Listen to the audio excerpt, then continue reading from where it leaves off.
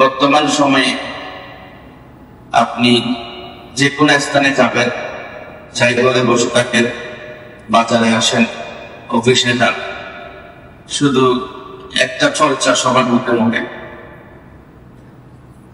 যে বড় বড় পরাশক্তি দেশগুলা, এদের অহংকার,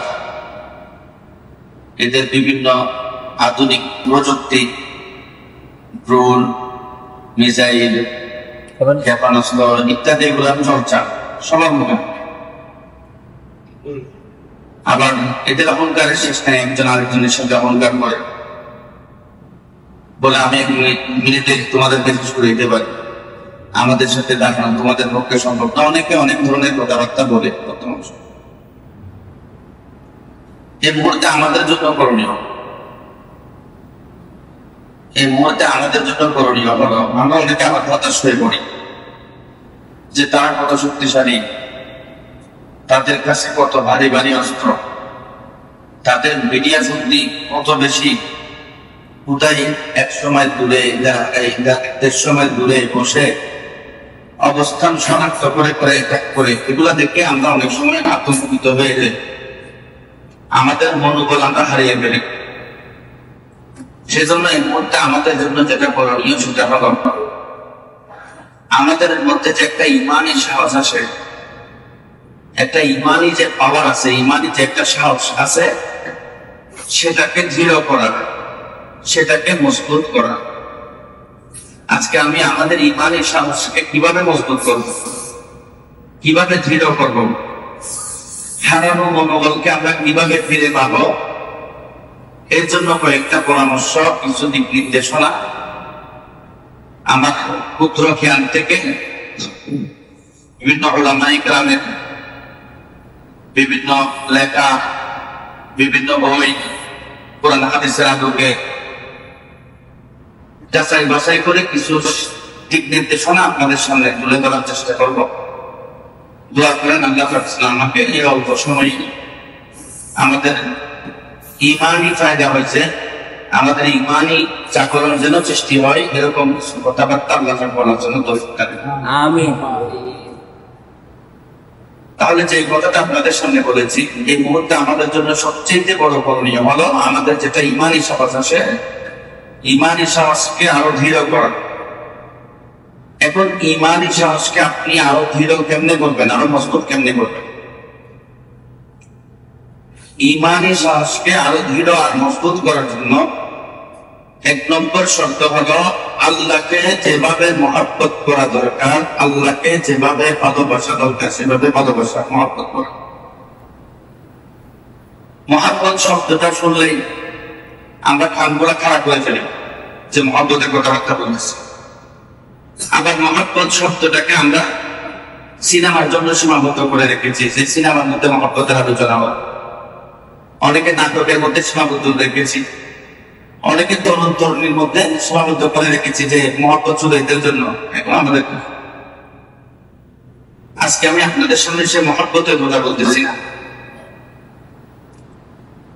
ওই মহব্বতের কথা বলতেছি যে মহব্বতের আদেশ আল্লাহ পাক কোরআনে আমাদেরকে দিয়েছেন, যে মহব্বত অন্তরে সৃষ্টি করার লক্ষ্যে আল্লাহ পাক দুনিয়াতে আমাদের নবী মুহাম্মদ মুস্তাফা সাল্লাল্লাহু আলাইহি ওয়াসাল্লামকে প্রেরণ করেছেন। আপনি একটা বিষয় লক্ষ্য করবেন, মানুষের মূল্য ঠিক হয় মহব্বতের কারণে। মহব্বতের এক এক ধরনের মহব্বতের এক এক ধরনের মূল্য থাকে। কেউ কুকুরকে মহব্বত করে, তাহলে এটার একটা মূল্য আছে। কেউ গরুকে মহব্বত করে, এটার একটা মূল্য আছে। কেউ ধন সম্পদকে মহব্বত করে, এটার একটা মূল্য আছে। যে যত উঁচু পর্যায়ের বস্তুকে মহব্বত করবে তার মহব্বতের মূল্য তত বেশি হবে।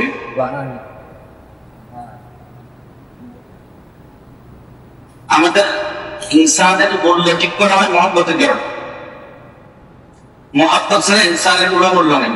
আপনি ছেলে, কিন্তু আপনি আপনাকে মহব্বত করেন না, আমাকে মহব্বত করেন না, আপনার সবগুলো আদায় করেন না, আমার সবগুলো আদায় করেন না, তার সাথে মহব্বতের সম্পর্ক আপনার নাই।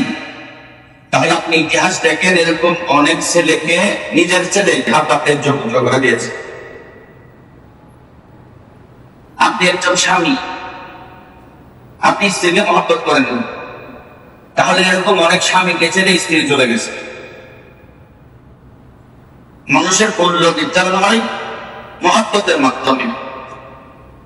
দুই ধরনের মহব্বত। কিছু মহব্বত আছে যেগুলোর কারণে আল্লাহ পাকের লাআনত বর্ষিত হয়। আজকে তো আমরা মহব্বতে ডাকে শুধু দুনিয়াবি, কিছু পেশাবের থলির সাথে, দুনিয়াবি সম্পদের সাথে আমরা সীমাবদ্ধ করে রাখছি। অথচ এগুলোর কারণে আল্লাহ পাক আমাদেরকে দুনিয়াতে পাঠান নাই।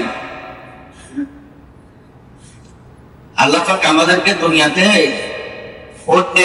আল্লাহর সৃষ্টিকে যেভাবে পাঠিয়ে দিয়েছে সেভাবে পাঠান নেই।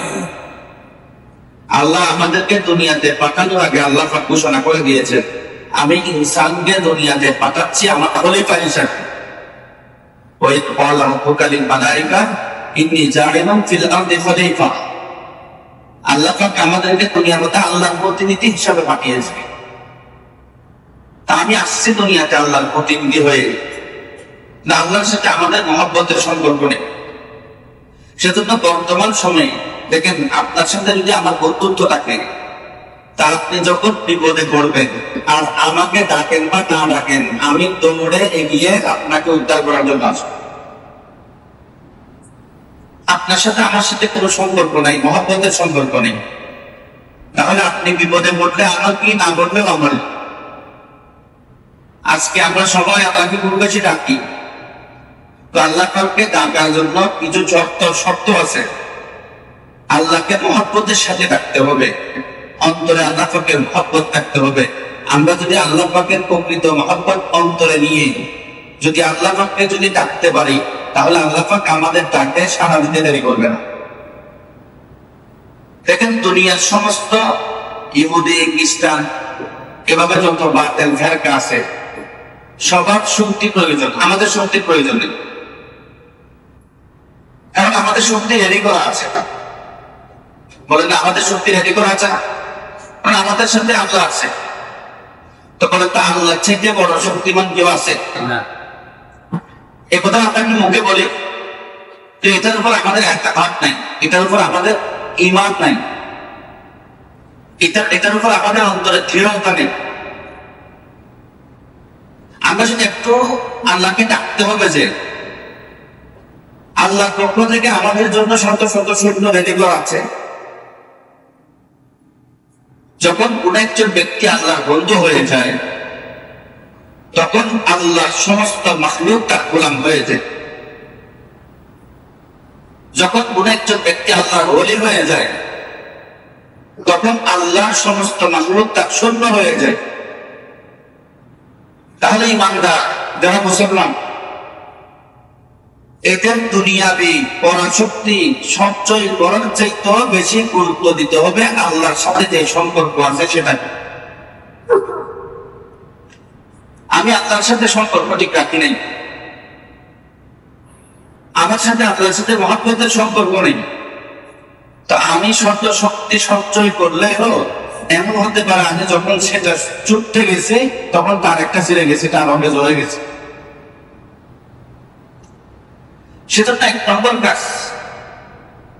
এই মুহূর্তে আমাদের সাথে যে আল্লাহ পাকের যে একটা মহব্বত আছে, আল্লাহর মহব্বতকে আরো মজবুত করা।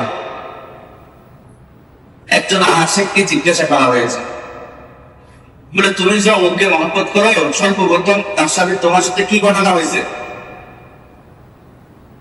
বলে তার সাথে আমার সাথে সর্বপ্রথম যে ঘটনাটা হয়েছে সেটা হলো আমি তাকে দেখেছি।